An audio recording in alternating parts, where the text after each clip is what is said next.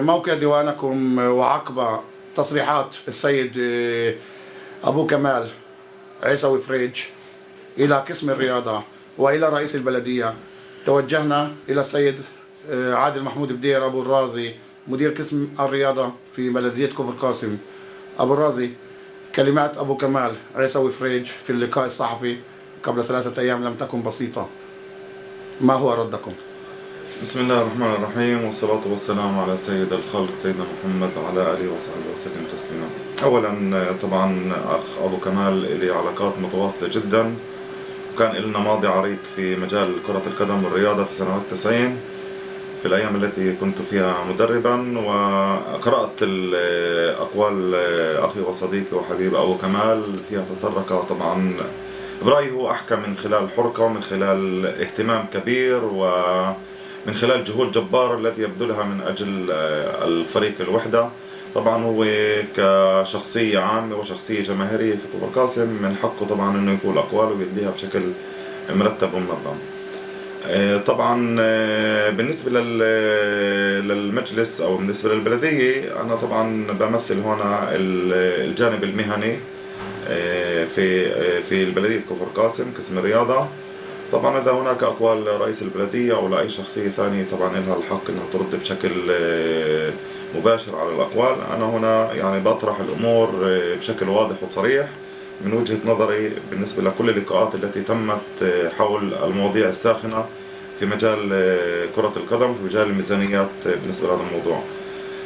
طبعا بحب أكد على قضية واحدة مهمة جدا، إنه ميزانيات الفرق الرياضية هي ضمن ميزانية الهبات. ميزانية الهبات المسؤول عنها لجنة الهبات اللي منبثقة عن بلدية كفر، مجلس البلدي كفر قاسم، وكل إطار إدارة البلدية. يعني بالتالي هي تندرج ضمن إطار كجمعيات رياضية، يعني يجب أن تقدم طلب رسمي إلى البلدية، وتم توزيع هذه الطلبات على كل الفرق الرياضية في كفر قاسم، وحتى الآن لم نتلقى إلا طلب واحد من فريق هبايل شعاع كفر قاسم. باقي الفرق لم تتقدم بطلبات رسمية. بعد ذلك بعد تقديم الطلبات الرسمية يحال الموضوع إلى لجنة الهبات لكي تقرر. بعد أن تقرر طبعا يجب أن يدخل في ضمن قرار بلدية لكل أعضاء البلدية. ومن هنا أنا بقولها بصراحة أنه موضوع الهبات يتعلق بكافة أعضاء البلدية على الإطلاق، وأنا باعتقاد أنه الأخ أبو كمال ويعني كجزء قوي جدا من قائمة البلدية يستطيع أن يعرض هذه الأمور في جلسة البلدية من خلال عضو البلدية المحامي أبو باسل عارف وأي عضو آخر في البلدية لكي يدرس هذا الموضوع بشكل منتظم ويعالج. وأنا بالنسبة لي أنا فيش عندي مشكلة إنه أطرح الأمور كما هي. بعد ذلك لأن كفر قاسم تخضع لمحاسبة مرافقة اللي هي تال فينتر، يجب أن يعني تبعث بتوصية إلى وزارة الداخلية من خلالها تطلب بإقرار هذه الميزانيات، وبعد ذلك يتسنى للبلدية بإخراج الميزانيات. بالنسبة للبلدية طبعا على مدار السنين كانت تصرف للمدربين للسفريات وللبنية التحتية ولعامل الصيانة وكل المستلزمات بالنسبة لتأشيرة الملعب وكل الأمور هاي، يعني البلدية تقوم بها بشكل منتظم. ما حصل في الأسبوع الأخير بالنسبة للسفريات كان واضح أنه في فترة 1.5 سنة لم يتم دفع للأخ فريج تيوليرالي، وكانت جلسة مع المحاسب المرافقة تال ووجود رئيس البلدية والمحاسب، وكانت جلسة ساخنة جدا في هذا المجال. بالنسبة لنا القانون واضح، يعني بالنسبة لي أنا طرحت الموضوع بكل قوة، ورئيس البلدية طرحه بكل قوة، والمحاسب بكل قوة. في هنا شغلات قانونية بدون توقيع أحد الأطراف الثلاثة اللي هو رئيس البلدية والمحاسب وتال لا يمكن أن نستمر في دفع لهذا. يعني إذا بكون الشيء بتصير كل مخالفة قانونية. بعتقد إنه معالجة الأمور أنا بقول من ناحية ثانية منيح إنه الأخ أبو كمال إنه طرح الأمور على الساحة للنقاش السياسي أو للنقاش الجماهيري والعام، بينما من طرف آخر يعني انا برايي انه يعني طبيعي جدا او انه مليح انه يطلب برضه الفرق الرياضيه بممثليها وبكوادرها وبكل الممثلين الجماهيريين أن تأتي للبلدية تعقد جلسات منتظمة في هذا المجال. حتى بالنسبة لي لا يوجد أي مانع أن تكون جلسة برضو مع تال فينتر مع المحاسب المرافقة لكي نستعرض هذه الأمور، لأنه يعني لسان الشعب ولسان الشارع الرياضي أنا طرحته في كل في الجلسات وطرح بقوة، ولكن يعني لا توجد أذان صاغية في الموضوع يعني لأسباب مادية واقتصادية وتتعلق في الميزانية العامة للبلدية. أبو الرازي، من كلماتك نستشف أنه أبو كمال صدق عندما قال في لقائه أن الحاكم الإداري لبلدية كفر قاسم هو فينتر، هو جفيرت تال فينتر. هي اللي تقرر لمن تعطي، هي اللي تقرر لمن لأي فرع من الفروع سوف تودي المصاري. يعني قسم الرياضة سيبقى على هذا الحال؟ أنا قلتها بكلماتي، أنا بقول كالتالي، يعني ممكن بعطي مثال مناقض. ممكن تالي بدك تقول بدي أنا يعني أعطي تأشيرة أو ترخيص لفعالية معينة، رئيس البلدية يقول بديش أعطيها. في هاي الحالة بيكون مين؟ رئيس البلدية بنكون بقرر أو المحاسب. يعني هاي يعني الواضح جدا انه ليش احنا بنقول عن تال، لانه الواضح جدا انه رئيس البلديه والمحاسب ومدير قسم الرياضه وكل العاملين في هذا الموضوع بدهم الموضوع هذا يستمر. الحجر العثرة في هذا الموضوع هي تال لاسباب ماديه، يعني لاسباب موضوعيه من وجهه نظرها، ولكن انا يعني اخرى مره بكرر وبعيد النظر. يعني في كان مثلا مش بس هذه القضيه في مطروح على الساحه، في برضه قضايا ثانيه. مثلا قسم الرياضه انا بطالب الاثنين انه يكون كمان مركزين، لا مركزين احياء، مركزين فرق، عاملين في عده مجالات لكي ننهض بالرياضه. ايضا في هناك في حواجز كبيره في هذا المجال. يعني قبل دقيقه كان لنا جلسه قويه جدا في مجال موضوع الميزانيات الايام الرياضيه اللي تحصل مره او مرتين او ثلاثه في السنه، ومن حق اولاد كفر قاسم من حق ابنائنا ان تاخذها. يعني بعد سجال قوي وبعد كذا تم قبل قليل هاي نشوف، ومن هذه الفرصه بنتهزها انه بدعو كل اهالي كفر قاسم انهم يشاركوا. ليش انا بقول كفر قاسم تيجي تشارك؟ لانه انت بتحكي ابو الرازي عن اليوم الرياضي الذي سوف يكون في 25/5 يوم الاربعاء الساعه 4:30.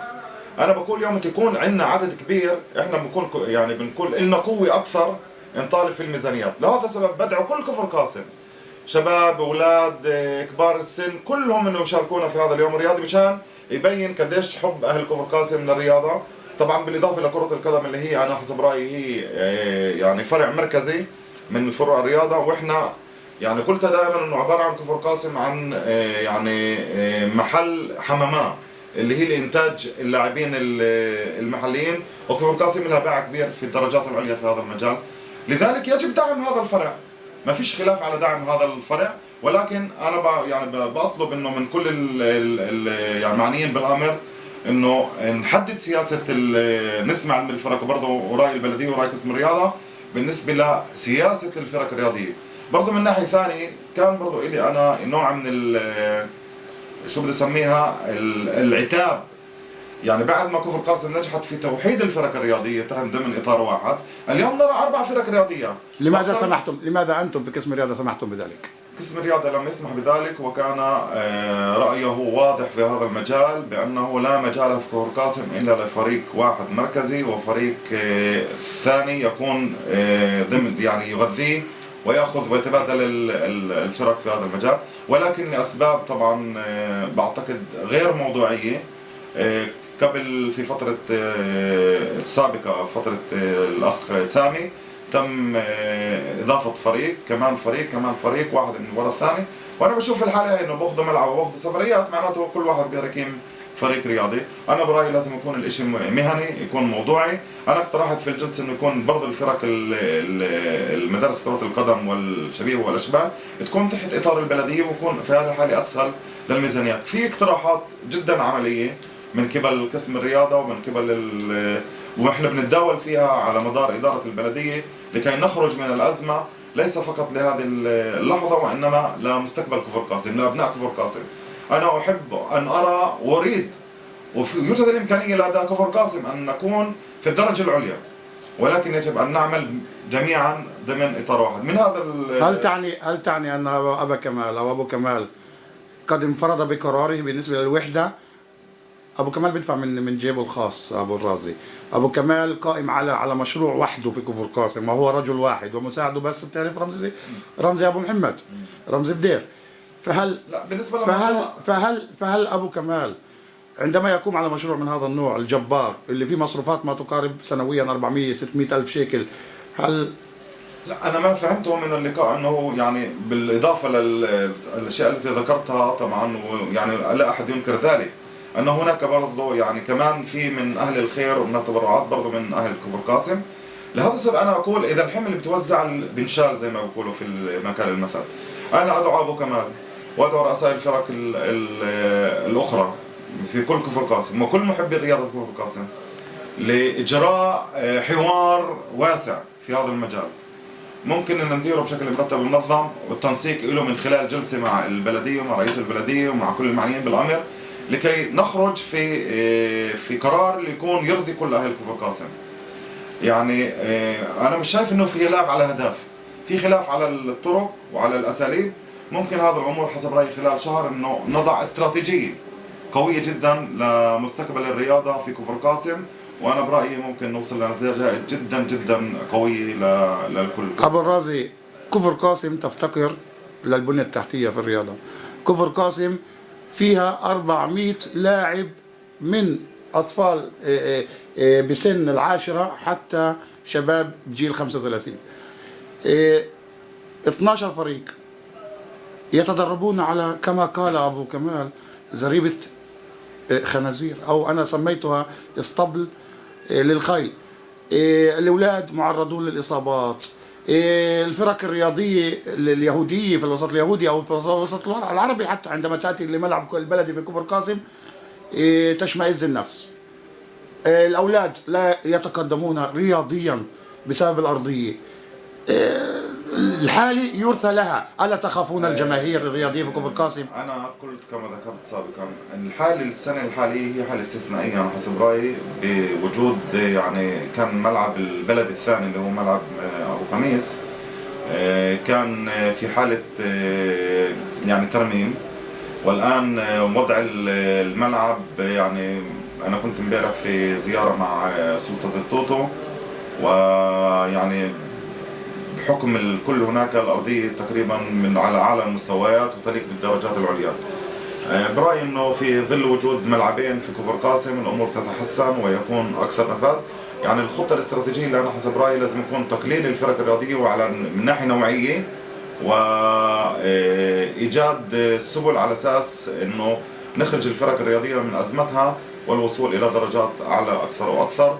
وهذا كل عملي بأنه نترك الحوار، بالرغم أنه طبعا لابد من ذلك، وهذا شيء طيب ومناسب للكل أن يكون حوار صحافي، ولكن بالإضافة إلى ذلك يجب أن نحل المشاكل بوجها لوجه وبطريقة حضارية وحضارية.